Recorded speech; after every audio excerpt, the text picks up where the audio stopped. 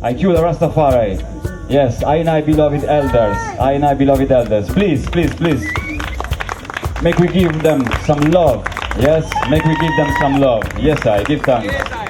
They are integral part of this program. Yes, Ras Ibi and Iqulah Rastafari. So, give thanks and praises once again. We're talking about a tragic page of history, but I and I learned that even in the atrocities, I and I never stop seeing the light. Yes. So before to dive into the reasoning of today, I would like also to tell the beautiful people here that we're gonna have at the end of the panel of today, we're also gonna have the presence of Empress Dani from St. Lucia, and she's gonna be reasoning with I and I about her great work and the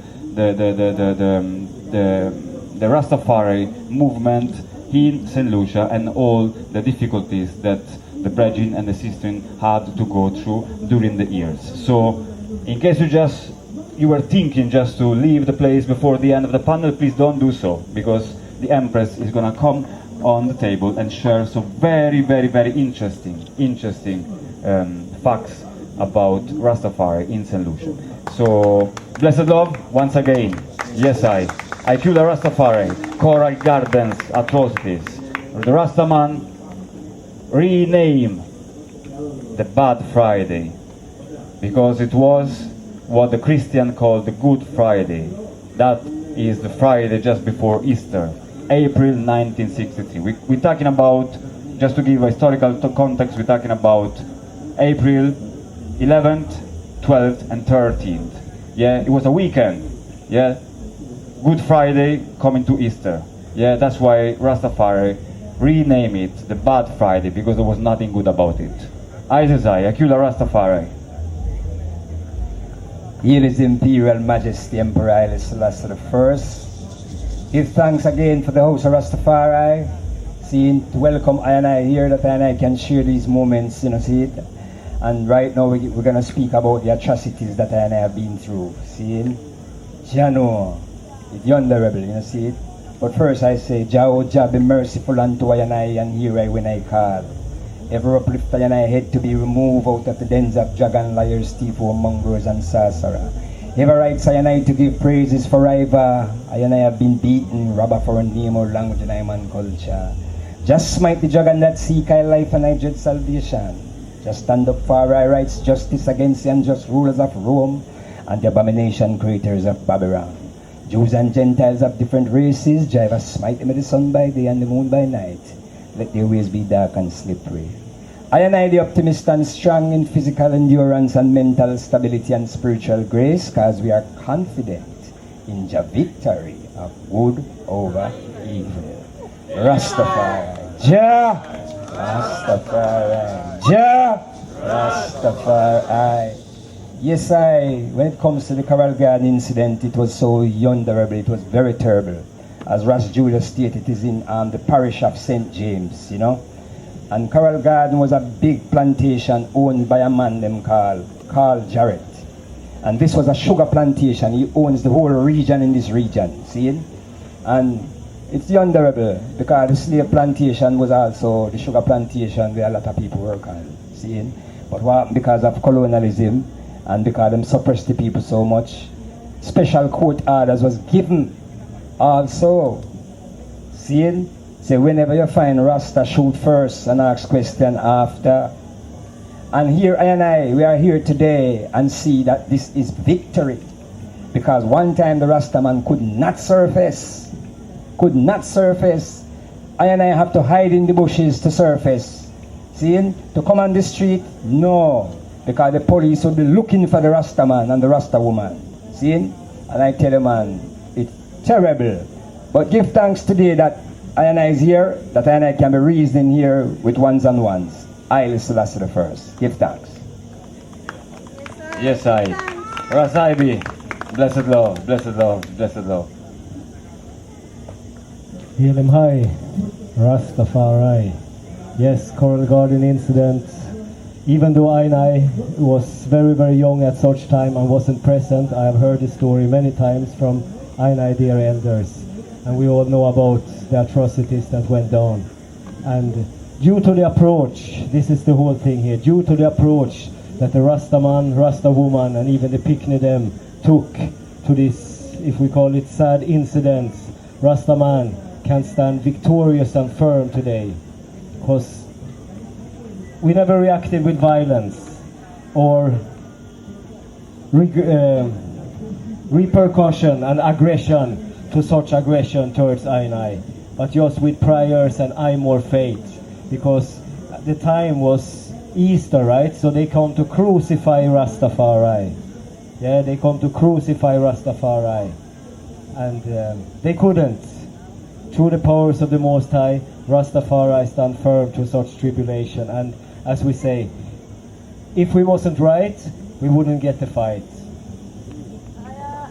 Yes, I. Give thanks, give thanks. So let's just put a little bit into context what we're talking about, yeah, for the people, for the public, listeners, and by the way, greetings and love also to all the viewers that are following this program live on Facebook. You have been very, very numerous, so I give thanks, I give thanks, you know, for the presence also online. Coral Gardens, we're talking about an incident that started because there was a man by the name of Rudolph Franklin. He was farming, yeah, some land in the Rose Hall estate, and what happened is that the police came different time to evacuate this man from the land. Basically, they just want to send him away, saying that the land was not his, so he had no permission to farm the land. So this Rudolph Franklin man, he was just making a little living, you know, survival. It was not a massive production of food. He was growing some vegetables, you know, some plants for his own survival. Yeah. So because that land was very, very near to in very important locations that, you know, the landowners wanted to utilize for tourist estates and so forth. So it did not look good to have somebody looking like a Rastaman farming the land, right? So the police come numerous times. After the first warning, which was only verbally extent, the police came in with violence. And it turns out that Rudolph Franklin was shot 6 times in his belly, yeah, in the stomach. And he was left there on the ground to die. This is the police, 1963. We're not talking about 17th century. We're talking about 1963, 60 years ago. Yeah, the police just left him there to die. To the grace of the Almighty, some neighbors come through and they rescue Rudolph Franklin. They brought him to the hospital, and the doctors, you know, brought him into the operation room, surgery room. Anyway, to cut a long story short, they managed to save his life, and he had a prosthesis, he had an implant, yeah, instead of his stomach, part of his stomach had to be replaced with an implant. So, when Rudolph Franklin comes out of the hospital after several weeks, police go to him and charge him for cannabis detention. So Rudolph Franklin goes from the hospital to the prison cell, to the jailhouse, right? Obviously, Rudolph Franklin is extremely stressed, even because, only to add more tragicity, the doctors say that at one point that implant that he had in his body, he would start to rot, and consequently he would die. So Rudolph Franklin see himself facing sure death, and taken by, you know, the anxiety and the exasperation, the affliction, he comes together with other people. We don't know for sure if they are Rasta or not, but they organize an attack.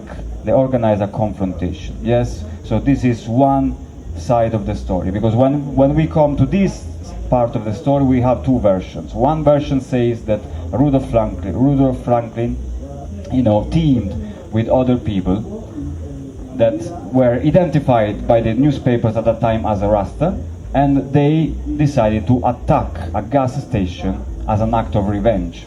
So this is first interpretation of the story. There is another version of the story which says that the attack at the gas station was the result of a conflict that started previously between the police and the friends of Brejin of Rudolph Franklin. So basically the attack at the gas station was just the final result of this faida that was going on from before. Anyway, what happens is that a gas station ends up on fire, and there are members of the police, members of the Rasta movement killed in the event. After this, the government of Jamaica decides to take a very, very, very radical position. So the prime minister of the time, Bustamante, comes out of his palace with two guns on his hips, looking like a cowboy, and in his mouth the words that we can hear and read are shoot first and ask question after. So go for every Rasta man, and those that the jail cannot hold, bring them to the cemetery. That is Bogue Cemetery. Yes. So to tell you in other words, the government issued a government approved manhunt against the Rastafari people, which was a minority of the population of Jamaica, and the government is backed by the army, by the police, and even worse, listen now, even worse, the civilians that were promised a few shillings if they would have reported to the police where a Rasta man or a Rasta woman was living, to find I&I. So government, police, army, and civilians, they are against Rastafari. 3 days of persecution, in which there are no rules, no laws. You can do anything you want to the Rastaman. Beat him, kill him, shave him, brutalize, and we have a numbers and numbers of testimonies from Coral Garden survivors that can give us the exact picture of what happened during those 3 days. And it looked like a horror movie. Yes. So, in the streets there is pure panic. Many of the Brejin, they don't even know what is happening. We have testimonies of Brejin that they were just going back to their home, or to the gates, or up in the bush where they were residing, and along the way somebody warned them and said, hey, go back, go and hide. What do you mean go and hide? What's going on? Go and hide because police looking for Rasta. What is this? Police looking for Rasta for what? I never do anything. The police was not interested if you had done anything or not. The only thing police was interested in was your appearance. If you look like a Rastaman, if you have a beard, or if you have a little red, gold and green pin, or if somebody have heard you speaking like a Rastaman, maybe saying words like I or Irie, yeah, you go directly on the truck, police truck. Yes, I. Yes, I.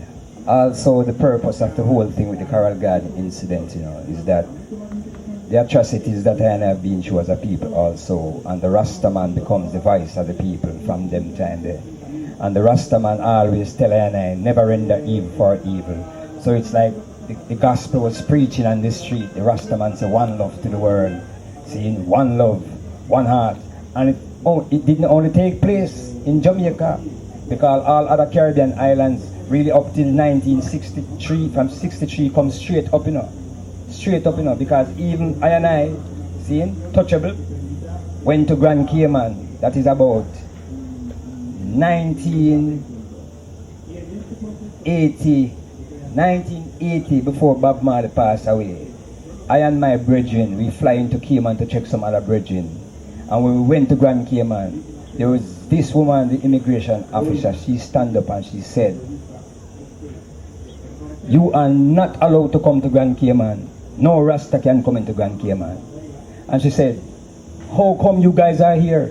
You guys are not famous like Bob Marley, and Bob Marley could not come here." And they put I and I in jail in Cayman for 3 days. Yes, I. So it never stopped. From 63 come right up again, the fight come right up. It was a plan and a plot to eliminate Rasta. Because if them did eliminate everyone of I and I, we couldn't have this here today. See, it was to stop the unification of humanity to come together, because that was the message of I and I. One love to the world. See? So it doesn't stop. See? Even my youths going to school, I go through it. See? I go through that tribulation going to school. I couldn't talk about Rasta. Kick out of school. See? And then I come see my youth, whether I know Mowini and Princess are. Them come up as racists too, and them get kicked out of school. And that is way up into 90s and things. So it never stopped. So I do give thanks right now if you know that the atrocities that I have been through, and I remain strong, tall, and I will forever give in the teachings of His Majesty to the world, because it was all about the teachings of His Majesty. That's why Bob Marley said, "Give us the teaching of His Majesty and back away with the devil's philosophy." Rastafari. So Coral Garden, terrible thing, but I is here today. Blessed I. Yes, I give thanks. So the thing right now is that we want to analyze, you know, aside from recalling the history, and anyway, there are movies about it, there are books about it. You know, you can find sources, yeah, even direct sources. But I here, in this 2023 edition of the House of Rastafari regarding peace, want to focus on a particular aspect of this event, which get not often addressed.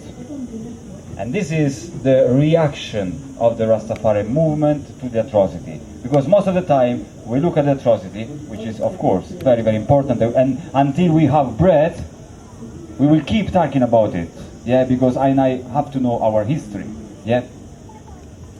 And we will also, you know, be always active in making sure that this history get never cancelled, right? And just a short note, 2017, the government of Jamaica accepted and recognized and apologized to the Rastafari nation for those 3 tragic days, Coral Gardens Massacre, April 11th to 13th, 1963. So even the government of Jamaica recognized that the very leaders of the nation, with the army and the security, the police forces, they got involved in a genocide against its own population. Imagine, it's like the Prime Minister of your country now issue a persecution against you in your own country. You are the citizen of your own country, and your Prime Minister come knocking at your door, looking for you, and if he find you, you're risking death. So imagine, this is the context.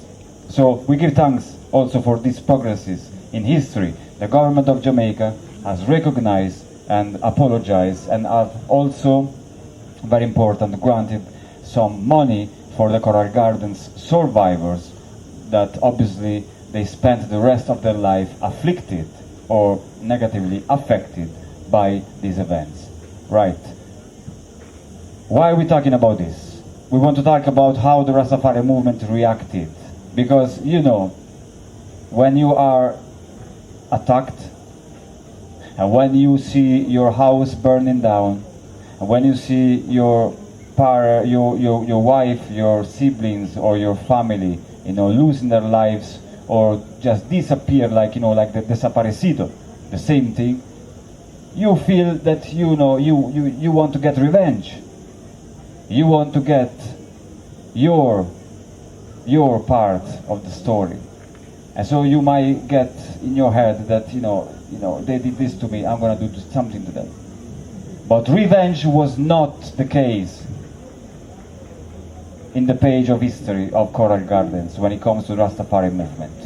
The Rastafari movement did not render evil to evil. Yeah, never got armed with guns or forks and machetes and go and rebel or go and fight against. The Rastafari movement replied with a non-violent response. Good over evil. The intention of the government was to eradicate the Rastafari movement once for all. Yeah, because the Rastaman and the Rasta woman, they already were the objective of persecution in Jamaica. Not to the extent of Coral Gardens, but for example 1959 was a Coronation Market incident, and Walipa people beat Rastaman, and they end up in jail and so forth. So there was already a very high tension, between Rastafari and society and the government. So the government say, all right, this time, yeah, we are gonna make it. We're gonna just eradicate, wipe them out. But what happens now is that Coral Gardens, just as resurrection, it brought a new life into Rastafari movement. It was 3 days, like the 3 days of the Christman, stepping through that and rising again to a new level of life. Through the flame of fire, after 3 days, Rastafari movement rise again and enter a new stage of history, which granted to the movement eternal state. So it's like the Rastafari movement passed through death, but was never conquered by death, and risen from the dead to live eternal life. This is what happens, and we have confirmation of this. First of all, because we are here 60 years after, and watch this. Red, gold, the green is all over. Rastafari, dreadlocks, idle living, yeah, all kind of things that sprout out of the Rastafari philosophy and way of life. They are here, present and stronger than ever. Second thing is that after the Coral Gardens atrocities, so many new Rasta man and Rasta woman embraced the faith. So it was like a shock for the entire society to see, hey, what's going on? Just yesterday we tried to kill them, to wipe them out, and now it looks like there is more of them. How come? These Rastafari, you cannot get rid of them. Where do they find the strength? Where do they find the inspiration? I mean, we beat them up, we tortured them, we persecute them, we put them in jail, we made them disappear, the families look for them, they don't find them. How come the Rastaman is still there? Because the force and the strength of Rastafari is not of this world. It's a divine strength, connection, bigger than us, that we manifest through our way of life, through certain qualities as forgiveness, endurance, and full confidence in the King of Kings. So the Rastafari people knew that they had to go through the persecution in order to reach a new level of life. And after the greatest darkness, you can only experience the greatest light. And this is where we are at now. But, there is a but. Try to imagine if the Rastafari movement had not rendered in this same way, had not reacted peacefully to the attack.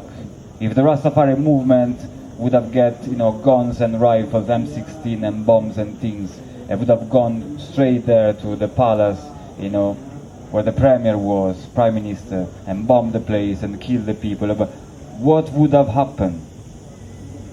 That the movement maybe would not be here today, because we would have become integralist, terrorists.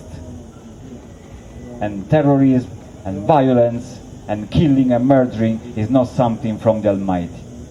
But because the Rastafari elders decided to reply peacefully, without revenge, that's why Rastafari movement was granted this eternal life, and we became bigger than what we were before.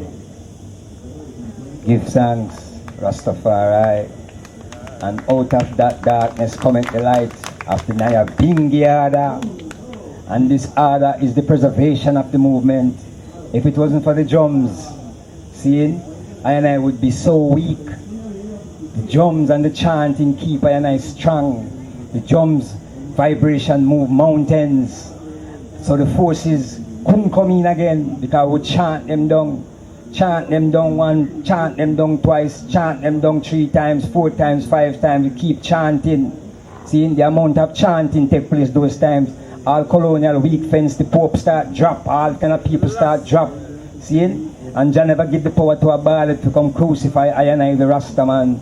So the Rastaman stand tall and the Rastaman stand with confidence. Seeing? And the Honorable Marcus Garvey said to I, seeing confidence in oneself is confidence in victory. So that's why I stand here today with that confidence in Haile Selassie the First, the Almighty, Jah, Rastafari, Karamawi.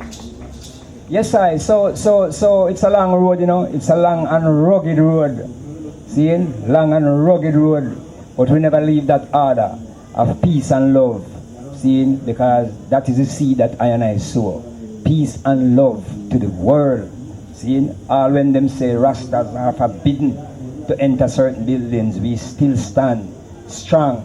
Seeing? And I do give thanks to this music that we call the King's music, which is the reggae music, that the music carry the message now, because the musical platform now, seeing, because I call, you know, I really recall when, you know, see, the elders used to talk about the Ayabingi, seeing, order, seeing, and when even Baba and Peter and Bonnie, you know, the order them, you know, seeing, coming into the order, you know, I call Aishens Igos I, and Aishens Martimo Plana, and more elders talking about take this music to the 4 ends of the earth, because the music will create this liberation.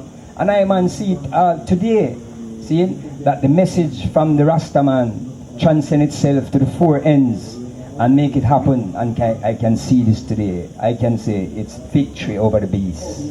Rastafari, the trials and tribulation, I'm going to make I stronger. Rastafari, blessed.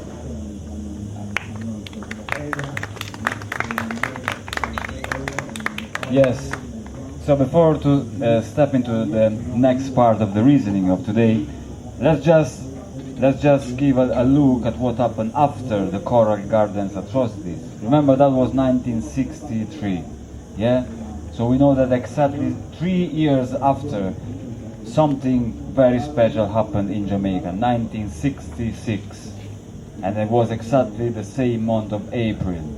Yeah, when Palisados Airport see the arrival of the plane with the Lion of Judah on the side, and out of the plane comes the Lion of Judah himself, the King of Kings, the Lord of Lords, the conquering Lion of the tribe of Judah, the elect of God, the light of this world, the earth tried for all His Imperial Majesty, Emperor Yeliai.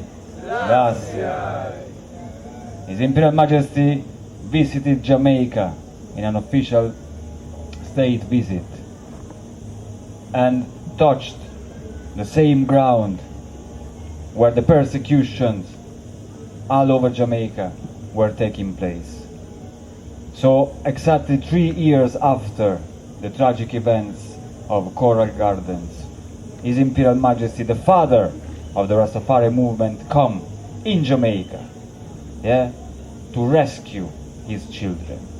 And this is not just a romanticized version of it. It's true facts. And we have the confirmation, you know. We have the proof and evidence. Why? Because after 1963, April, Ground Nation Day, the visit of His Imperial Majesty Haile Selassie in Jamaica, the living conditions for the Rastafari people in Jamaica drastically changed in the better, for the better. Yeah. So His Imperial Majesty was warned by a Rastafari delegation that went to Ethiopia from Jamaica, was warned that the living conditions of the Rastafari people in Jamaica were extremely difficult and tragic. So the Rastafari brethren that went in this Africa delegation, Africa mission, went and were granted a visit with His Imperial Majesty in his palace in Addis Ababa, Ethiopia, and they said to the king, the Rastaman in Jamaica is highly persecuted. Please do something about it. There are different versions on how the king replied, but all of them have the same essence. The king said, yeah, the king come to the rescue. 3 years after, the king come to the rescue. And when the king come to the rescue, you know, it's like the whole Jamaican society shake. Because right now, the Rastaman could chant, even at the airport, and when the king arrived at the airport, now you're being chant under the airplane wings, fire light, all kind of things, all barriers, charity start burn, everything changed in Jamaica. And that's when now I and I as Rasis now seeing the Rastafari family establish stability. Because the Rastafari family gets stable, seeing, and start to deal with agriculture upon a high level, seeing, because we realize that we would have to have self-reliance, seeing, and self-sufficiency in food supplies and everything, seeing. So Rastafari really come to the rescue and create stability. But after His Majesty leave, it didn't stop seeing we here. The fight start come seeing we here, seeing. But you don't know, and I do give thanks, seeing, for what took place them time there, that I and I can be here today, as I say, seeing the maca fields, seeing, and the bad weeds that get weed out, and the elders set it for I and I. That's why we have to say, give thanks, Jah. We have to give whatever support I and I can give to I and I Haitians to preserve life, you know. Seeing, so that's why I know the Rastafari rise now to the four ends of the earth now. So I and I saying, say, whatever the ones can contribute towards the cause, because it's a just cause. Seeing, because if it wasn't for Rastafari and the elders, you wouldn't have reggae music. You wouldn't have this music. You wouldn't have so much people gathered today. See, the same Congo Bongo man that has been rejected and has been persecuted. If it wasn't for them, we couldn't have this today. Rastafari, blessed Lord. Aye. Yeah, there's a mystic now. There's a great mystic to this visit of the three Rastaman from Jamaica to Ethiopia. There was a delegation sent, paid by the new government in Jamaica in 1961 to visit 5 African countries to check out the possibility for repatriation. Now, reaching Ethiopia, the delegation reached the 16th of April 1961. They are not met by Majesty. Majesty sent some of his people from the government to meet them and tell the people that they have to travel a bit in the country. There is a meeting set for the 19th of April. In the last minute, Majesty changed that and said no, they have to move around a little bit more in the country. So the meeting finally with the delegation, including the 3 Rastaman and I Imperial Majesty in the palace, took place the 21st of April 1961. 5 days later, on the day, the 21st of April 1966, I Majesty landed in Jamaica. Fulfillment of prophecies. So some people will say when they see these films and pictures that Majesty wept when he see the Rastaman, and it was nothing like that. It was tears of joy. It was the most joyful reception ever happened in the world, ever in any airport. Has no time ever so much people gathered, you know, and they gathered to see, even the whole Jamaica society, not just Rastaman, everybody come out to see the Rastaman God, to see if he was real, and he was real. Rastafari, hi there. yes, and it's great, Ras Iqulah, the I mentioned reggae music. Well, we say Ground Nation is liberation. Yeah, and it's true that the fighting against the Rastaman did not cease, did not stop there with Ground Nation. So we're not saying that after the visit of His Majesty, nobody ever bothered Rastaman again. But what we're saying is that the power of Rastafari people in within the country of Jamaica took a different level. And the reggae music is one aspect, because we're looking at the second half of the 60s, coming into the 70s. That is when then Bingy Man started recording in the studio with musicians, and Bingy music came into the studio for the first time, and music like Oh Caroline and Count Ossie and all the foundation music took place. So that is another very important aspect. Yeah, the Ground Nation ignited this process of full emancipation of Rastafari through also reggae music and the cultural revolution. You know, we're talking about the second half of the 60s, and so what basically, in simple words, what took place in Jamaica in 1966 with the visit of His Imperial Majesty opened the door for this take-off of Rastafari black inspired culture all over the world. And then we look at Bob Marley, we look at all the reggae icons. Rastafari crossed the ocean and went to liberate man, woman and children, all places upon earth, and carry the message. So this was also the product of Ground Nation. So I would love, if there aren't any other sharings, I would love to call on the table Empress Dani, and I would love to hear her testimony and to hear more about her work. Empress Dani from St. Lucia is the president of the ICAR, Ayanola Council for the Advancement of Rastafari. So please welcome Empress Dani. Yes,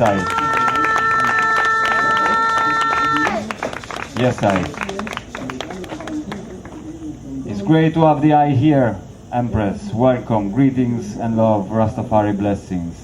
So could please introduce yourself to the public, and then we come a little bit more to your works in your country, your organization. Blessings.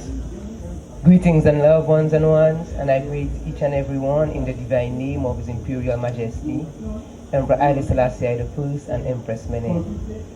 I, Rastafari Empress Dani from St. Lucia, President of the Ayanola Council for the Advancement of Rastafari. I am very humbled and honored to be present at Rototom, but also more humbled to be part of in such a space where we could share and we could recognize the contribution of Rastafari globally. So I'm very pleased, and I give thanks to Ras Julio, I give thanks to Ras Iqulah, and I give thanks to Ras Ibi for allowing me a space that I could share my works and the contribution of myself to my country and my people, the Rastafari people. So I give thanks.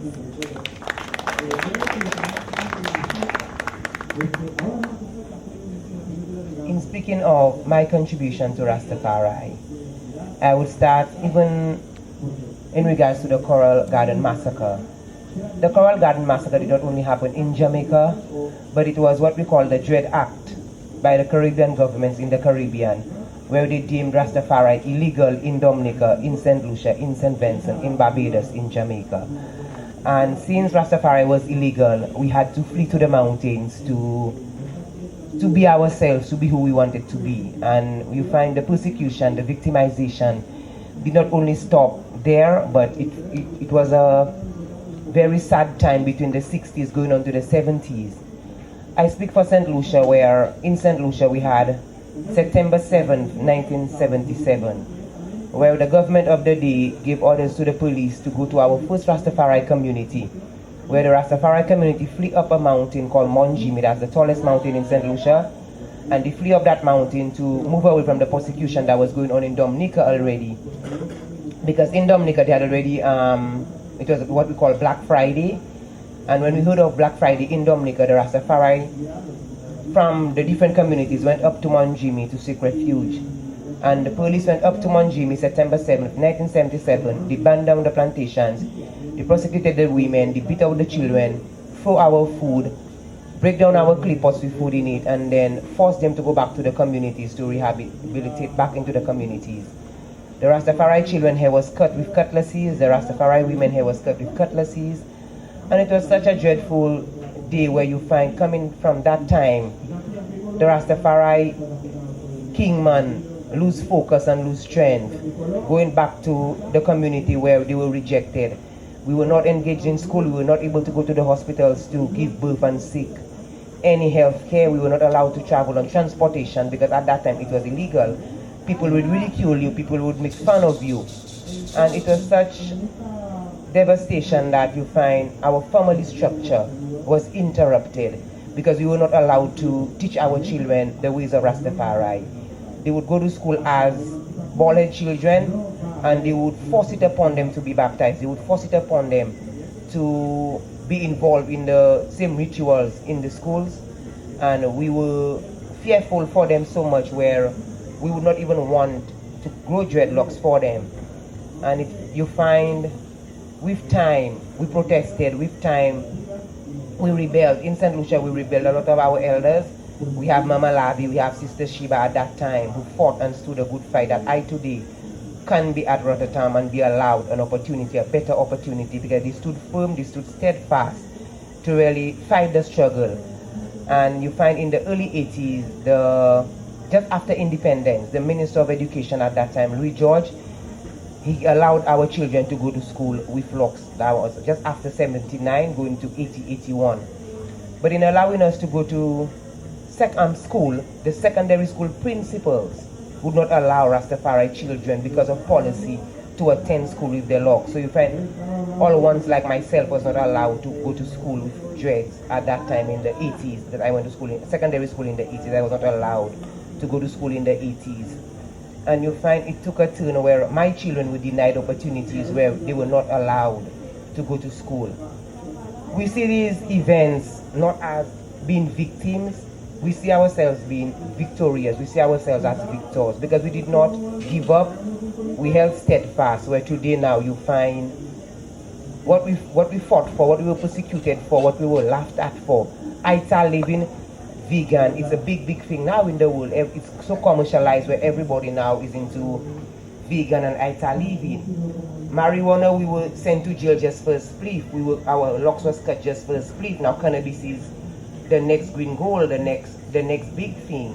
You find dreadlocks has become so commercialized where you find it's even fake now where everybody wants to wear it fake if they don't want to grow it. So you find our struggle was not in vain, and we find ourselves being victors, we find ourselves being victorious in the struggle because the Caribbean governments now have recognized their part in denying us opportunities. And you find our government in St. Lucia, that was in 2020, where our government apologized to the Rastafari community in Parliament, where they recognized their part in the atrocities, in denying us opportunities, in the victimization, and they apologized in Parliament, they issued an apology in Parliament, where you find now I am having discussions with the Prime Minister for reparatory justice. And what we are asking for reparatory justice is a land, because we recognize the importance of food security for a small island state like St. Lucia. We recognize we need to grow our own food, but not only for the Rastafari people, but for the communities and our country at large. Food security is a big issue.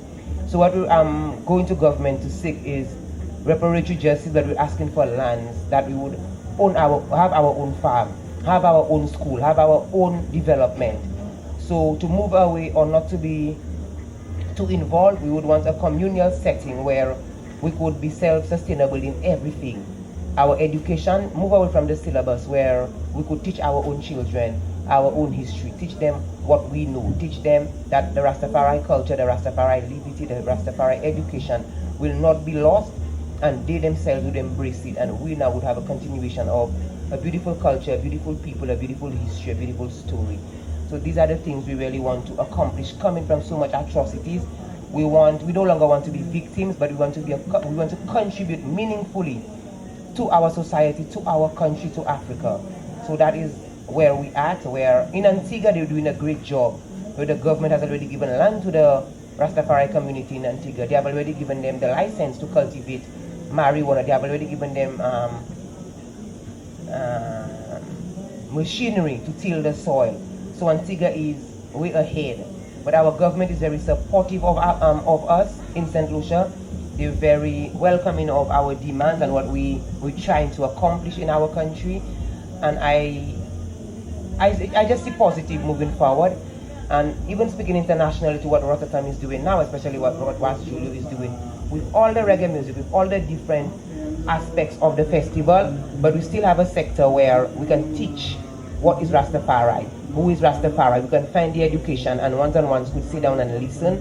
So it's still a positive coming out from all the negativity back in the Caribbean. Ones who might not know of the atrocities, but a lot did happen in the Caribbean that today all nations, all people could embrace Rastafari. All people could say yes, they see the light, they see Haile Selassie, they could hail Selassie, Haile Selassie. And it's a beautiful thing where people of all nations, people of all tongues could come together and say yes, we can be united, we can work, we could have a common goal and not fight among ourselves. So I find the work at Rototom, what Ras Julio is doing, in keeping the conversation, the narrative different, where we do only see the negative in Rastafari, but we would embrace the positive, and not only the positive for one set of people, but globally we embrace Rastafari from the soul. So I'm very happy to be present. I'm very happy, and I give thanks to be present. Yes, I live the last day. I do too. Royal. Yeah, man, give her a standing ovation, man. Stand up, man. Stand up and respect her, man. Yeah, man, and I do give thanks, man. Seeing? Yeah, man, Rastafari. Seeing? More love and more strength. Yeah, man, when the sister have that confidence that the King of Kings, that's how I man feel happy. Rastafari, blessed. Yes, Ras Julio, Majesty. Give thanks, Empress Danny. A great, beautiful testimony, and I truly give thanks, for having the eye here on this panel. And to my understanding, your project in St. Lucia is specifically focused on women. And could you please elaborate a little bit more on that? You have already said a lot, but we are very interested in what the work is trying to do in order to raise the living condition, especially of INI's history. Blessed that. As a Rastafari woman, I recognize we were denied opportunities in the 60s and the 70s. And you find some of our elders, our matriarch elder Rastafari women, we denied opportunities when now the living conditions are not that good. And becoming the president, I have made it my life's work to change it, where I now would see to it that, and the government is very, and I would always say that the government is very helpful in that regard, where I would approach the government and let them know there are certain daughters or certain Rastafari elders, I do not like the living condition, and they have assisted me greatly in providing the assistance, in providing the material, in providing the monies, that we would undertake these ventures and we would give them better living conditions. What you find with the Rastafari women in the 60s, they were denied the opportunity, but coming now, they're in their 70s and they can no longer work, they can no longer do much. So it's up to us, the younger ones, coming up to recognize that they did contribute, they did stand the fight, they did struggle, because that is why I am here presently now, to give a testimony. So all is not lost when it comes to their contribution. Their contribution was different. They had the fight, they kept a good fight, and I now could benefit. So it is up to me now and the other Rastafari sister in my age to really carry on the struggle and make their living conditions better. But the other thing when it comes to the Rastafari woman, I would love to see the Rastafari women be empowered. Be empowered, that we would recognize and make no matter how small a contribution to the Rastafari community, it will be recognized, because we are not many in numbers like other faiths and other denominations or other religions, but we should recognize we are a peculiar people, and since we are a peculiar people, we must also recognize it is our right as mothers, as Rastafari women, to make a contribution to the Rastafari community. And I think if we empower ourselves, and I could only speak for where I'm coming from, I would love to see the Rastafari women in the Caribbean empower themselves that they would want to learn, they would want to do something, they would want to be the best of themselves. and not only see ourselves as being the wife, the bearers of children. It is our role as mothers. It is our role as to be the wife. But I want us to be doing more. Empower ourselves, look within ourselves, find our inner self, our inner peace, and bring it out that we would be who we want to be and not what they want us to be. So when we empower ourselves and we could get that from within, where we could walk earth with glory, we could walk earth with grace, we could walk earth with beauty, but not only beauty on the outside, but beauty from the inside, then all earth would pay reverence to us because we are a peculiar people, and being a peculiar people, special people, we have to look special, be special, feel special, and just live the life of a Rastafari woman to the fullness. And I just think the life of a Rastafari woman to the fullness means living from the inside, that it would shine from the outside. So Yes, my sister. A lot of power, you know. Yeah, man, that's why now that you're here, it's nice to make connection with the other sistrins, as a sistrins, you know, empowerment. So it's a great thing, you know, when the connection can be made like this, you know. Ras Julio chanted even before, say it's important when we have the connection. So the connection is great when I can be connected like this. Seeing Rastafari blessings, put your hand to the eye fire. Yes, I give thanks. More love, more life. Give thanks, Empress Danny.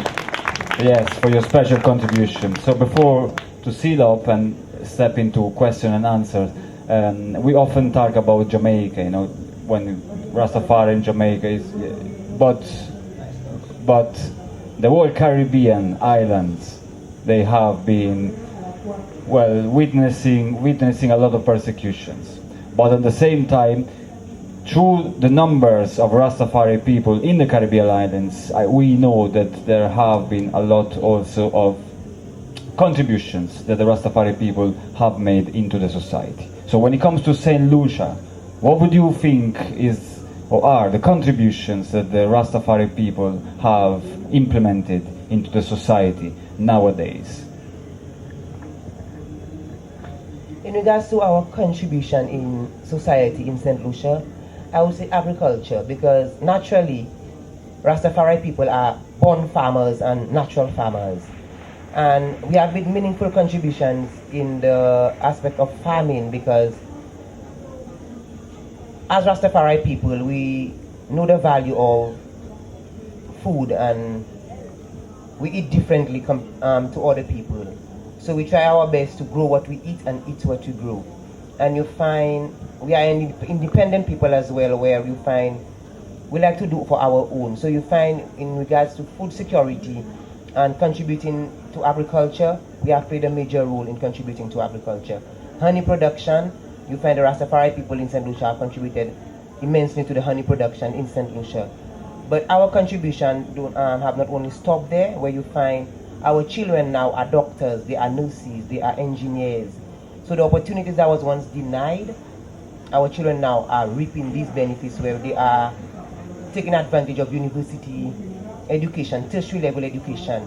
And they are also contributing to our community, where now our doctors are giving back to us, our nurses are giving back to us, our engineers are giving back to us as a community.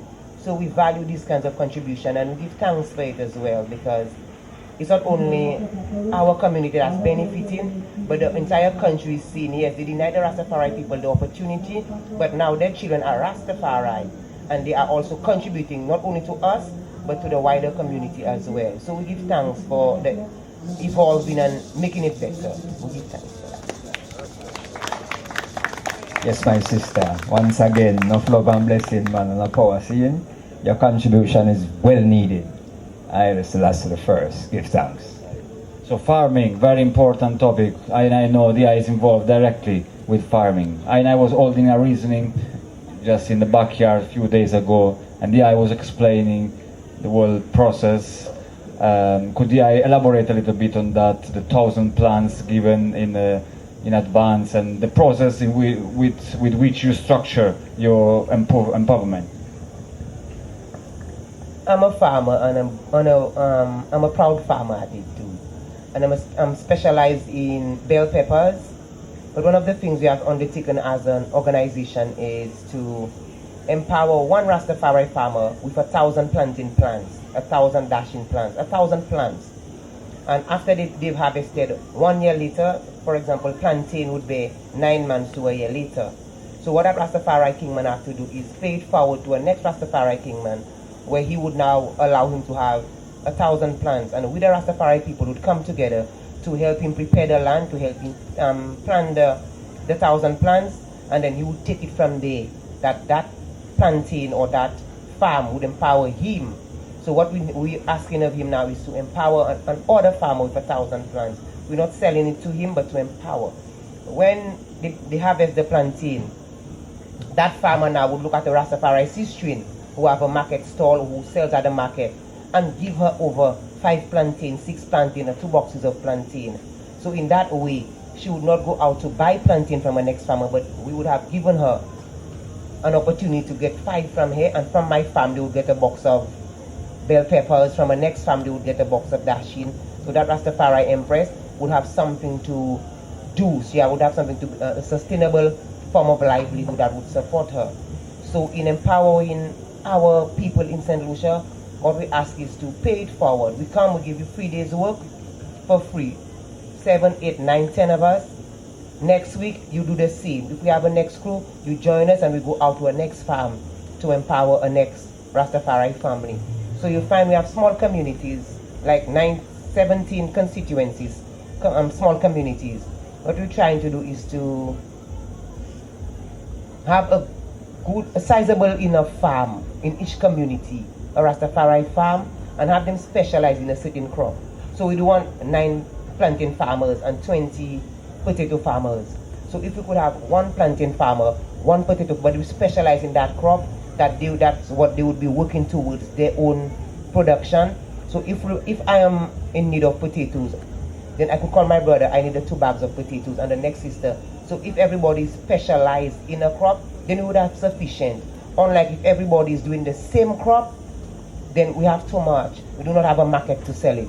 So if everybody is 1 plantain farmer, 1 potato farmer, and they plant enough for the market, enough for the Rastafari community, enough to supply the hospitals, enough to supply the prisons, enough to supply, especially during COVID times. COVID posed a challenge in St. Lucia where we do not plant food that would have been enough for the hotels, enough for the prison, enough for the elderly home, and enough for the communities.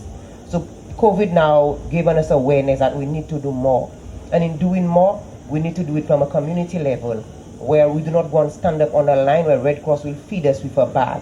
What we expect as the Rastafari people, when such challenges as COVID comes along, we the Rastafari community should be calling on the government, calling on the prison, calling on the hospitals, and let them know we have 40 plantain, we have 40 bags of potato, we have excess. Come let the Rastafari people help in feeding the nation that they do go hungry. And if we do not take that approach, I think we now, like they would say, 40,000 or 20,000 careless Ethiopians go down in Babylon. So we would be going down that same route. But if we now take that route where we as the Rastafari people could say, okay, we could, with the surplus, we could contribute to the hospitals, we could contribute to the elderly home, we could contribute to the homeless, we could contribute to the prison. We would be making a meaningful contribution to our country, our community, and the world at large. Rastafari. Sis, yeah man, all her powers, you know. And what she's saying now is that she's building this community on the principle of communal living. And that is the order of the day for Rastafari family. We speak about communal living, working together in a proper manner. There can be no failure. Rastafari, blessed. Give thanks, sister. This is such an example of collaboration and empowering I people, the Rastafari movement, the Rastafari communities in the world. So I give thanks and I hope and pray the best for the I organization. So is there any way I could go if we wish to contribute, to support, to strengthen your organization? Is there any platform or any contact we could, you know, if anybody would like to support, strengthen the I organization, email or number or website or anything? Of course, indeed, we have an email address, we have a page on Facebook, and we have an executive in place. We have an office in St. Lucia. We have a full executive in place, and we're just continuing the work. So in whatever way, no matter how small a contribution, the contribution is not for me, but it's our contribution to humanity at large. So no matter how small the contribution, it is always welcome. Even if not in St. Lucia, but Rastafari people globally, the contribution is always needed. In Ethiopia, in Jamaica, the elders, the youths, in Antigua with the school, we have a school in Antigua. It's just doing the works, and collectively for a surety, that's what we want. So we don't only look at St. Lucia, but we look at globally the Rastafari people, because we are people, and globally, if we put our efforts together, our heads together, our finances together, our efforts together, I think among the people of the world, we would be a proud people. Rastafari. What Empress is saying is that to the contribution that the Rastafari community has given to the world, we welcome any form of contribution forward to create the balance. Rastafari. Blessings. Rastafari. So the Facebook page is ICAR Facebook page. So please go and find out more on Facebook, ICAR, Empress Danny from St. Lucia. And I gonna step now into question and answers. We try to keep it short. We're already a little bit out of time, but once again, so much things to say. So any question, any observation, any sharing, they're very, very welcome. Blessed I.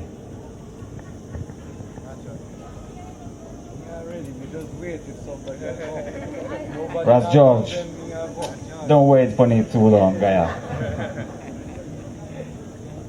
So, how many questions I can ask? That's the question now. How many answers you want? I want a whole lot of answers. That's the question. That's the thing. So, make it short.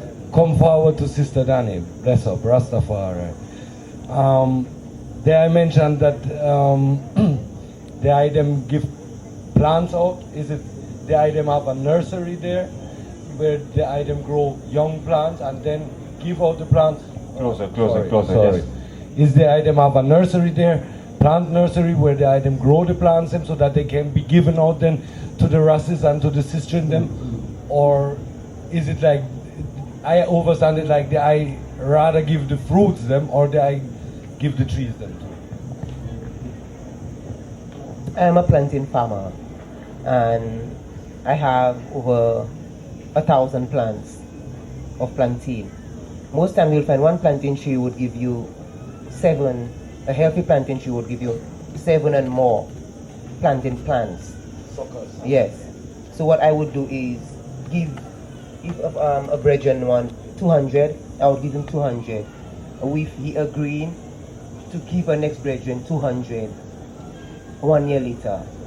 If in the event they want to be bell pepper farmers like myself, we would help them prepare the land. We would get the seedlings for them, set it for them, and then give them the seedlings and help them plant it as well. Give thanks. The next question is like, I said the farmers, the Rasses and the sisters in them supposed to get into one specialization, that they become specialists on a certain fruit or plant that they grow. Would the item go with those brethren and sisters onto the land and check out which fruit would be the best kind of fruit, or would you rather check for what the brethren or the sister have more experience in? Like, in St. Lucia, what you find, government has already structured the agricultural sector in division 1 to division 6, and it's like region 1 to division 6. And if you're living in region 1, the government would you would have an agricultural officer to work with you from inception. As you could become a registered farmer, and from inception you would have a agricultural officer working with your technical team, where they would give you all the advice, all the everything you would need in that regard. What we would what you now would want is whether you able, it would be upon you now to say, okay, I am able to deal with 1,000 plants, I am able to deal with 500 plants. It's a tropical country, and water is not an issue per se, or it's not as dry. We have the dry and the wet seasons. So if for me, for example, I'm a bell pepper farmer. and I plant over 1,000 plants of bell pepper per crop.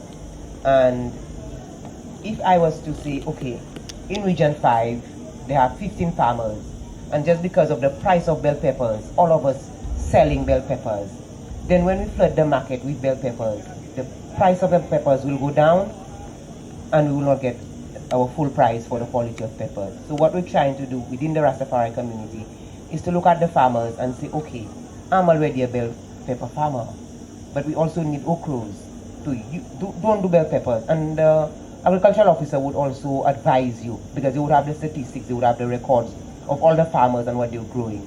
So what we would want is for us not to be in competition, but for us to be able to work together to supply the market and also get a good price for our crop. Yeah? No thanks, Sister Danny. Rastafari.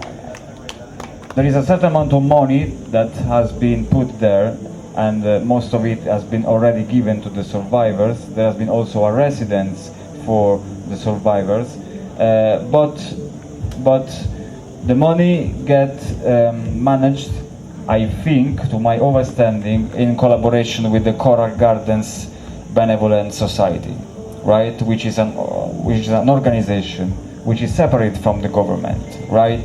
So at this point, I think the government has empowered the Coral Gardens Benevolent Society to manage the money and to give the money, to make sure that every ancient receive his own share, right? So this is so far what I know, right? What I can say is that obviously it's already great the government recognize it.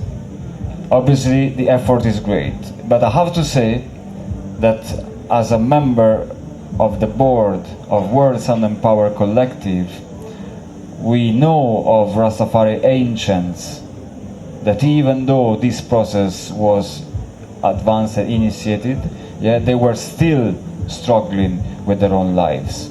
So we know that you know much more must be done still. And this is not to point fingers on anybody and say it's great that as much has been, you know, this much has been done. But I feel that we don't even know how much still must be done. And we as World Sun and Power Collective have a tangible approach, and we have the facts and we have the numbers, because we receive daily and requested from Rastafari ancients for support, and many of them are also Coral Gardens survivors. So yes, we give thanks, but we also confident that much more can be done. Yes, I, Rastafari. And to Iman personally, seeing whatever little chump change the government are trying to give people, them seeing that can bring the ultimate liberation. Seeing Rastafari have a stamp on themselves now and no say, without the King of Kings, Haile Selassie the first, seeing our victory cannot be certain. So we have to have the majesty first.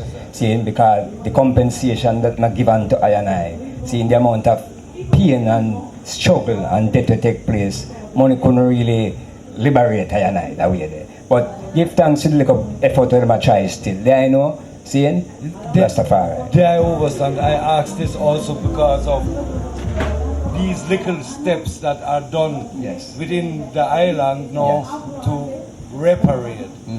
When it comes to reparation now on a global level, then it would be interesting where all of I part is, you know. I in the West living, I who come from countries that were enslaved countries and all. This situation.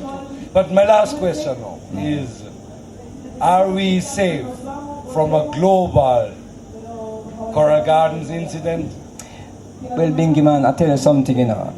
That's what I'm saying, you know. It's a universal love, you know, but it's an individual responsibility. See, to live the live, that means you have a good karma. Because especially repatriation will not be facilitated by no world government. It's the responsibility of I, the ILEC. See, have to live Rastafari to its fullness and its full glory.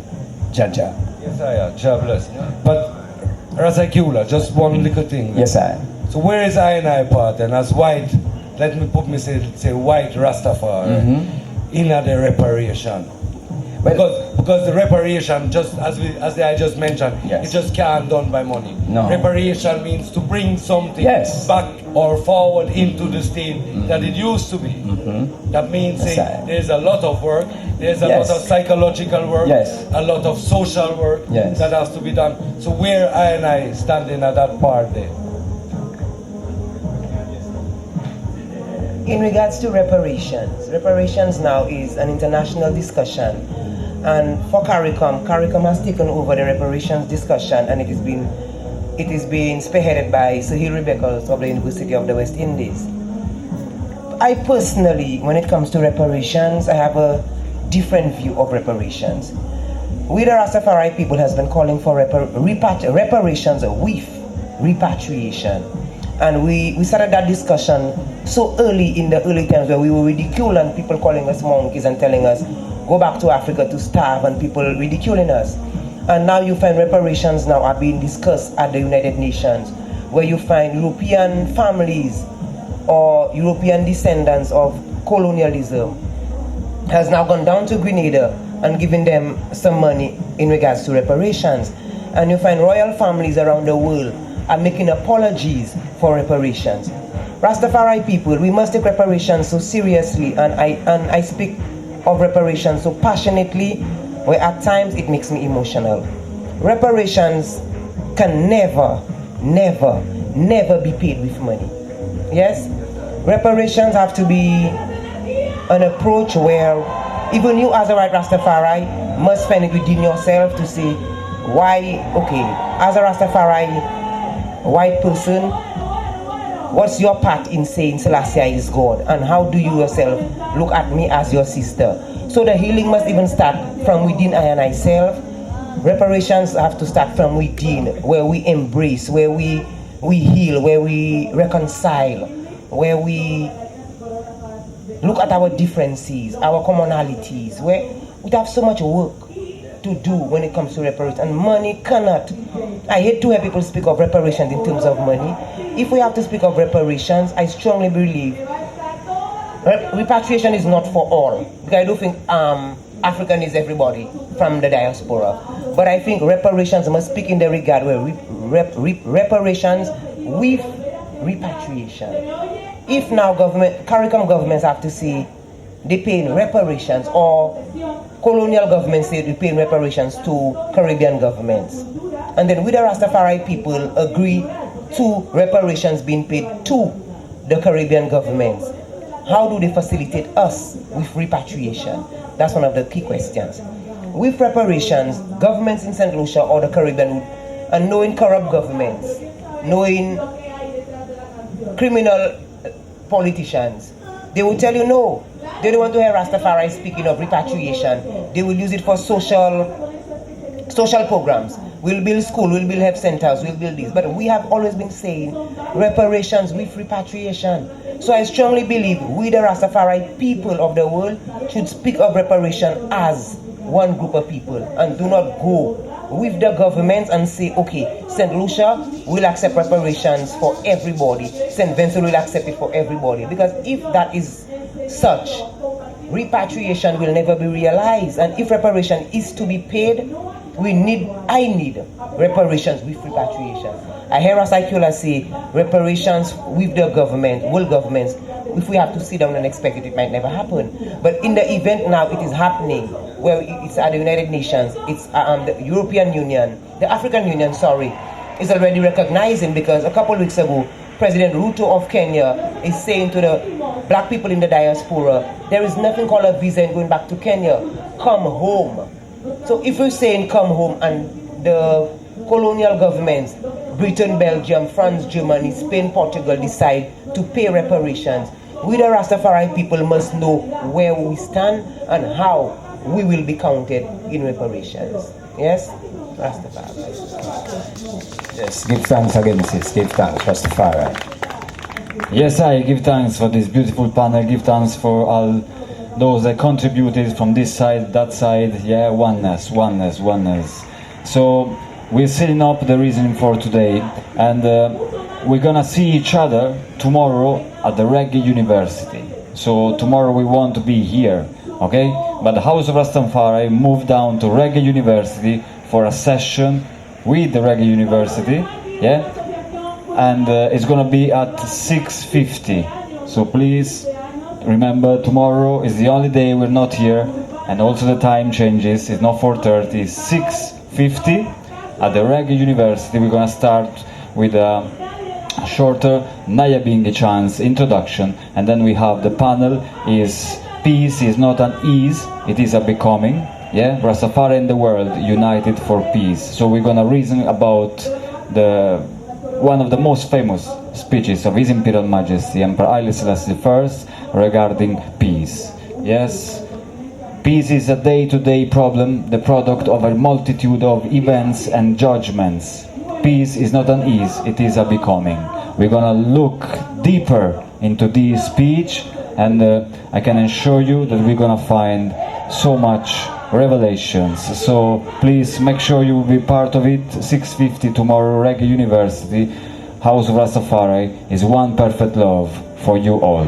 Haile Selassie I.